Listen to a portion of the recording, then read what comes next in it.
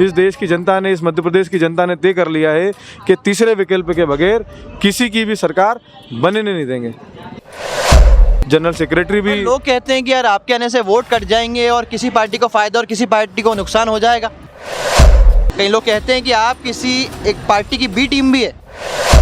हम किसी की बी और सी और ए टीम नहीं है, हम आज़ाद समाज पार्टी की टीम है, चंद्रशेखर आज़ाद जी की टीम है, भीम आर्मी की टीम है। मुझे जो लक्ष्य है डॉक्टर अंबेडकर के विचारों को जनता तक पहुंचाना, वो मैं मेरा काम कर रहा हूँ। सांवेर के, इंदौर के, मध्य प्रदेश के किसी भी मामला ऐसा हुआ हो जहाँ भीम आर्मी नहीं खड़ी हुई हो, विनोद यादव अम्बेडकर नहीं हुआ हो, कि विनोद यादव अम्बेडकर जिस जगह जा रहा है, जिस जगह मीटिंगों में वो उपस्थित हो रहा है, वहाँ सैकड़ों के तादाद में लोग अगर इकट्ठा हो रहे हैं, वो समर्थन दे रहे हैं, अपने दोनों हाथों को खड़ा करके वो कह रहे हैं कि इनसे हम थक गए हैं। जो कहते हैं Bhim army chief advocate Chandrashekhar Azad, क्या व्यक्तित्व है, कैसा व्यक्तित्व है? देखिए, व्यक्तित्व तो ऐसा है, बहुत चर्चित रहते हैं, बहुत चर्चित रहते हैं। व्यक्तित्व तो ऐसा है कि पूरी दुनिया उनकी कायल है। आज वो व्यक्ति कहीं से निकल जाए तो हजारों के हुजूम उनके पीछे लग जाता है, लाखों का हुजूम उनके पीछे लग जाता है। क्या भविष्य देखते हैं उनका? भविष्य तो भारत का प्रधानमंत्री के रूप में इस देश का नौजवान देख रहा है। मैं फिर थोड़ा समय हुआ, चंद्रशेखर आज़ाद जी से मुलाकात हुई, मेरी फ़ोन पर बात हुई। कितनी बार मुलाकात हुई उनसे? मैं तो कई सैकड़ों बार, क्योंकि इंदौर चंद्रशेखर आज़ाद साहब साल में 2-3 बार आ जाते हैं, और उसी से प्रभावित होकर के भीम आर्मी भी ज्वाइन करी। जब वो जेल में थे उस समय मैं प्रभावित हुआ कि नहीं भाई, कुछ करना है भीम आर्मी। कुछ लोगों ने कहा कि यार भीम आर्मी से मत जुड़ो, उसका नेता तो जेल में है और ऐसा हो जाएगा। तो मैंने ठीक है साहब, जेल जाने को हम भी तैयार हैं। और सिर्फ यहाँ नहीं, इस विश्व में भी जहाँ बाबा साहब अम्बेडकर को मानने वाले लोग हैं, वो जो बाबा साहब अम्बेडकर को फॉलो करते हैं, वो चंद्रशेखर आज़ाद को भी देखते हैं, तो उनको दिखता है कि भारत का भविष्य है चंद्रशेखर आज़ाद जी। राजनीति में आने का कारण क्या रहा भैया? इस एज में तो सोचता है व्यक्ति घूमूं फिरूं, ऐश करूं, अपनी नौकरी करूं और अपना PF DF और इंश्योरेंस और सैलरी और वीकेंड छुट्टी और आराम से टॉकीज में फिल्में देखूं। मैं बाबा साहब अम्बेडकर का एक स्टेटमेंट जो है वो मैंने हमेशा पढ़ा, मेरे लोगों को भी कहता हूँ कि पॉलिटिक्स इज़ अ मास्टर की। राजनीति वो चाबी है जिससे आप हर मुसीबत के ताले खोल सकते हो। तो सड़क पर जो सेवा हम लोग समाज की कर रहे हैं, उनके अधिकारों के लिए लड़ रहे हैं, वो तो ठीक है, लेकिन संसद में, विधानसभा में जहाँ कानून बनाए जाते हैं, अगर हम लोग वहाँ होंगे तो वो काम जो यहाँ सड़क पर नहीं कर सकते, वो वहाँ जाकर कर सकते हैं। मैं दिल्ली में गया तो लोग जो है गंदा पानी छान करके पीने को जो है मजबूर हैं। उस हालात में आज देश की जनता है, इसीलिए छोड़ा। मेरे परिवार को भी छोड़ करके मैं बाहर रहता हूँ, 15-15, 20-20 दिन में बाहर रहता हूँ। इसलिए रहता हूँ कि मैं कुछ कर सकूँ मेरे लोगों के लिए। अम्बेडकर के स्टेटमेंट से बाहर जाकर के कोई काम नहीं करते। शिक्षा, स्वास्थ्य, रोजगार, साधन और संसाधन। बाबा साहब अम्बेडकर ने इस देश में वोट का अधिकार दिया। उस वोट के अधिकार से ये कहा कि आप इस देश के राजा बन सकते हो। लेकिन इस देश में जो सत्ताएं स्थापित हुई है, उन सत्ता ने कभी लोगों को बताया नहीं कि ये वोट आपको राजा बनने के लिए दिया है। उन्होंने ये बताया कि आप राजा बनाओ इस देश में, कि आप आज़ाद समाज पार्टी के साथ आ जाओ, आपकी सुरक्षा हम करेंगे। भारत का संविधान करता है, पहले हम करेंगे। सांवेर का बढ़िया माहौल है और इस बार सांवेर की नैया विनोद भैया। सभी को नमस्कार, मैं यश भट्ट आप सभी का हार्दिक स्वागत करता हूं आपके अपने चैनल शब्द.com पर। फिलहाल हम इंदौर की 9 विधानसभा में से एक सांवेर विधानसभा में मौजूद है। सांवेर के ये सबसे व्यस्तम चौराहा है। इसी में देखा जाए तो मध्य प्रदेश में कांग्रेस और बीजेपी प्रमुख रूप से 2 पार्टियां होती है, लेकिन इस बार तीसरा मोर्चा आ गया है। भीम आर्मी से जुड़ी हुई आज़ाद समाज पार्टी से प्रत्याशी, अधिकृत प्रत्याशी हमारे साथ मौजूद है, विनोद यादव जी अम्बेडकर। सर नमस्कार, क्या हाल चाल है? बहुत बढ़िया। शब्द का बहुत बहुत धन्यवाद, आप सभी का धन्यवाद। और अभी हम लोग सांवेर के, जैसे आपने कहा, व्यस्ततम चौराहा, इसको कुड़ाना चौराहा कहते हैं, और सांवेर का रास्ता यहीं से निकल करके जाता है। अभी हम लोग यहाँ बैठे हैं तो कैसी चल रही है तैयारियाँ बहुत ज़ोरों पर चल रही है। और इस बार जो है वो माहौल, जो चुनावी माहौल है, उसमें एक तीसरा विकल्प तैयार हुआ है। चंद्रशेखर आज़ाद जी की पार्टी है आज़ाद समाज पार्टी। भीम आर्मी जो भारत का सबसे बड़ा संगठन है, उसकी विंग है आज़ाद समाज पार्टी। वो इस बार तीसरा विकल्प के रूप में यहाँ मध्य प्रदेश में उभरती दिख रही है। और मुझे ऐसा लगता है कि यहाँ हम लोग कम से कम किसी को हमारे बगैर सरकार तो नहीं बनाने देंगे। तो उस हालात में हम लोग आज संघर्ष कर रहे हैं। अच्छा, इतना रिस्पांस मिल रहा है आपको? बिल्कुल। मैं आज दिन भर में 13-14 गाँवों में मीटिंग की है मैंने, छोटी छोटी नुक्कड़ सभाएं, इंडिविजुअल डोर टू डोर लोगों से मिला हूं, जनसंपर्क किया है, तो पॉजिटिव रिस्पांस है लोगों का। दोनों इन दलों से थक चुके हैं, जब से दल बने हैं तब से लेकर के आज तक सिर्फ यही 2 दल दिखे हैं हमेशा। तो जनता थक चुकी है, परेशान हो चुकी है, क्योंकि जब मैं लोगों के बीच जाता हूँ तो मुझे ये दिखता है कि वो जो देश चांद पर पहुँच गया है, मंगल पर पहुँच गया है, उस देश के एक नागरिक को आज भी सड़क के लिए, नाली के लिए, पेंशन के लिए, छोटे मोटे जो तमाम काम डॉक्टर बाबा साहब अम्बेडकर ने जो भारत के संविधान में कहा कि इस देश में जो भी सत्ता स्थापित करेगा वो लोग जो हैं यहाँ के अंतिम नागरिक तक ये सुविधाएं पहुँचाएंगे, शिक्षा, स्वास्थ्य, रोजगार, साधन संसाधन की, आज तक भी यहाँ जो है मुख्य धारा से नहीं जुड़ पाए हैं लोग। तो इस हालात में इन दोनों दलों ने कर दिया है, तो जनता समझ चुकी है, परेशान है, और उन्होंने तीसरा विकल्प चुन लिया इस बार आज़ाद समाज पार्टी को। विनोद यादव अम्बेडकर, ये आपका शुभ नाम है, कुछ नाम के बारे में बताएं, बड़ा रोचक नाम है। देखिए, विनोद यादव जो है नाम मेरे माता पिता ने दिया विनोद, सरनेम क्योंकि सदियों से चली आ रही है तो वो पीछे हमेशा हमारे उपनाम के रूप में लगी होती है। लेकिन अम्बेडकर मैंने इसलिए लिखा कि जब मैं 2014-15 में सामाजिक मूवमेंट में सक्रिय हुआ था 2012 में, तो मुझे 2015 में मुझे कुछ ऐसे साथी मिले जो अम्बेडकर मूवमेंट से प्रभावित थे। उनसे मैं मिला, मुझे बाबा साहब अम्बेडकर के बारे में जानने का मौका मिला, मैंने सीखा। मैं फिर थोड़ा समय हुआ, चंद्रशेखर आज़ाद जी से मुलाकात हुई, मेरी फ़ोन पर बात हुई। कितनी बार मुलाकात हुई उनसे? मैं तो कई सैकड़ों बार, क्योंकि इंदौर चंद्रशेखर आज़ाद साहब साल में 2-3 बार आ जाते हैं, और यहाँ इंदौर में भी कई बड़े प्रोग्राम हमने किए हैं चंद्रशेखर आज़ाद जी के नेतृत्व में, तो मुलाकात तो होती रहती। तो उनने मुझसे कहा था एक बारी कि यार तू ये भी लिख, लेकिन इसमें कुछ ऐसा होना चाहिए जहाँ हमें अपना मन जो है वो ऐसा लगे कि एक गौरवान्वित महसूस हो।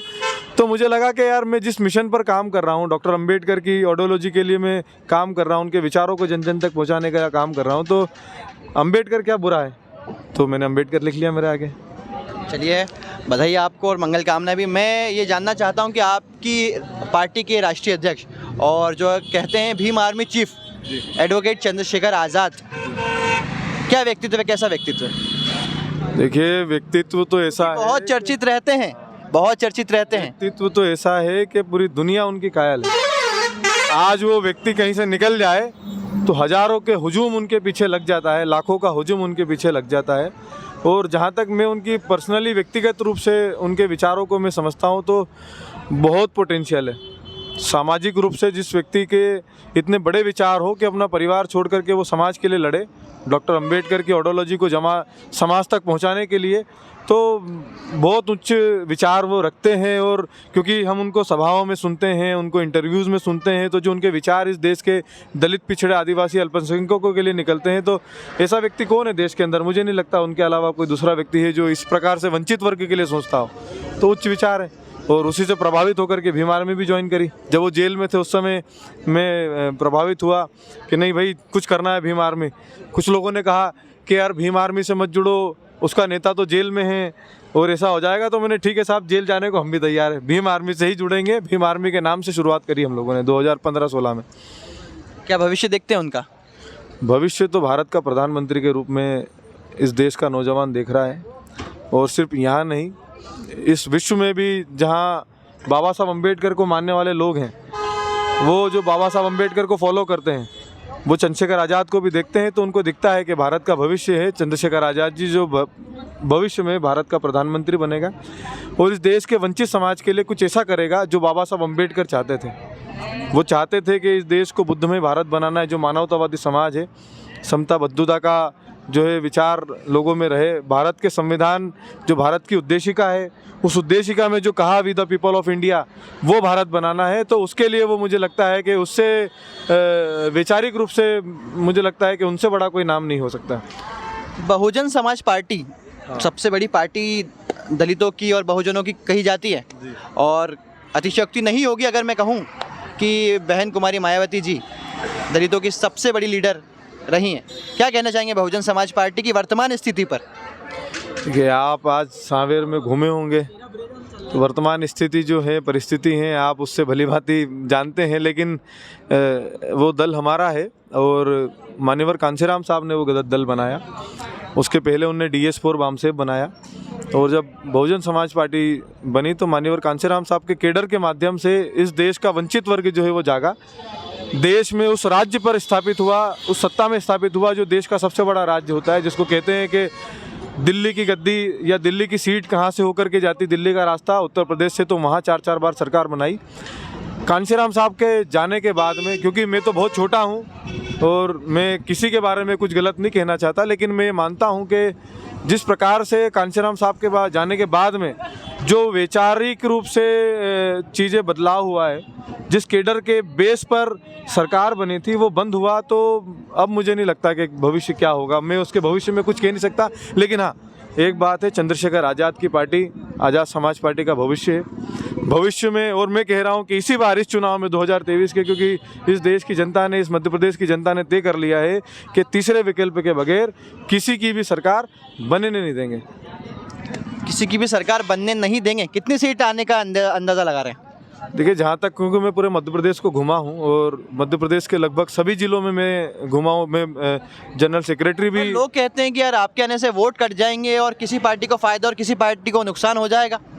देखिए साहब, जब आप बढ़ते हो, आपका कद जब बढ़ता है तो कई लोग आपके पीछे कई बातें करते हैं और मुझे ऐसा लगता है कि हम किसी को हराने जिताने के लिए यहाँ लोग कहते हैं कि बीजेपी की कई लोग कहते हैं कि आप किसी एक पार्टी की बी टीम भी है। क्यों नहीं कहेंगे, क्योंकि आज जिस वर्ग का व्यक्ति सरपंच नहीं बन सकता था, आज उस वर्ग का व्यक्ति उठ करके विधानसभा में जाने की ताल ठोक रहा है, तो तकलीफ होगी। और हमारे लोगों को बरगलाने के लिए, क्योंकि हमारा समाज जो है वो भोला भला समाज है, उसको बरगलाने के लिए, उसको भ्रमित करने के लिए सब बातें होंगी। हम नहीं समझते इन सब चीज़ों में। मुझे पढ़ने की ज़रूरत है, मैं मेरा काम करूँ, समाज देख रहा है, जनता देख रही है, उस हिसाब से चुनेंगे। हम किसी की बी और सी और ए टीम नहीं है, हम आज़ाद समाज पार्टी की टीम है, चंद्रशेखर आज़ाद जी की टीम है, भीम आर्मी की टीम है। और यहाँ उनको ये दिख रहा है, बड़े बड़े नेता ये बात करें, मैं नहीं कह रहा हूँ।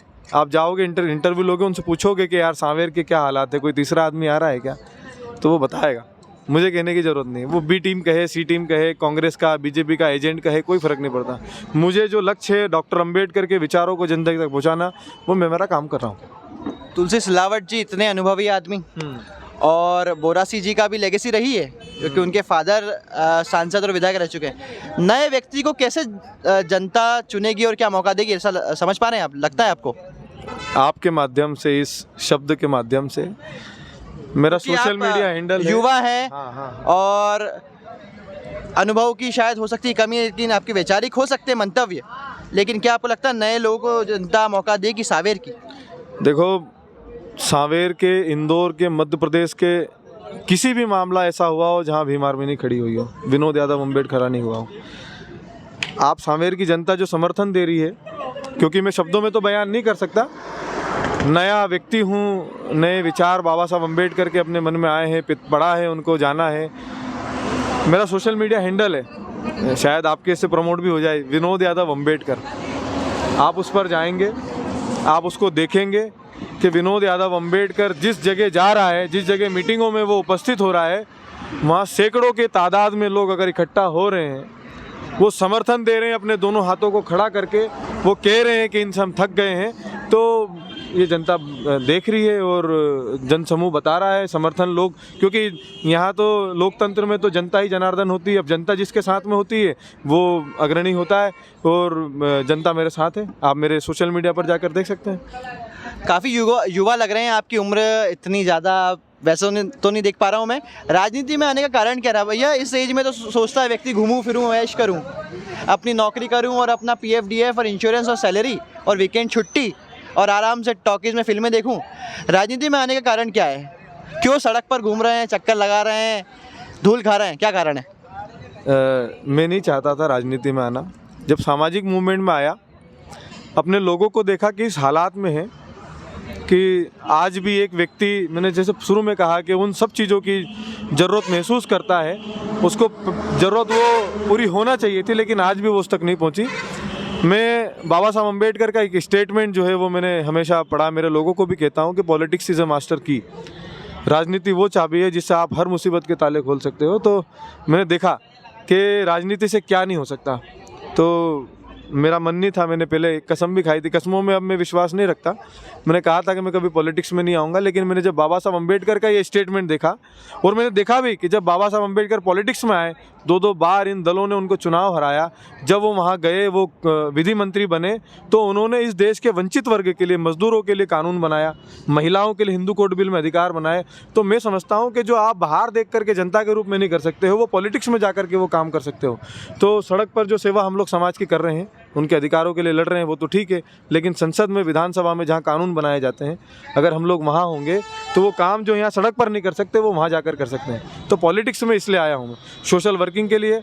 मेरे पास में मेरा बिजनेस था खुद का, मैं वो छोड़ा हूँ 2020 में, जब लॉकडाउन लगा 2020-21 में। उसके बाद में मेरा रेस्टोरेंट स्पॉइल हो गया, बर्बाद हो गया।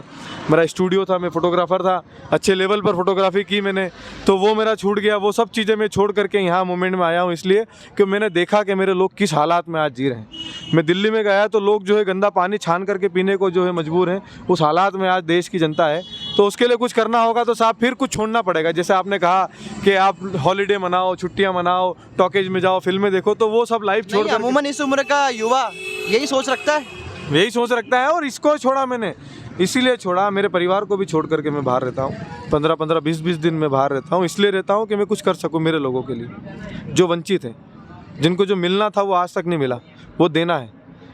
अम्बेडकर के स्टेटमेंट से बाहर जा कर के कोई काम नहीं करते। शिक्षा, स्वास्थ्य, रोजगार, साधन और संसाधन, इन 5 चीज़ों की ज़रूरत अगर हम पूरी कर दें जनता की, तो मुझे लगता है कि आपके वो हाथ जोड़ने जनता कभी नहीं आएगी।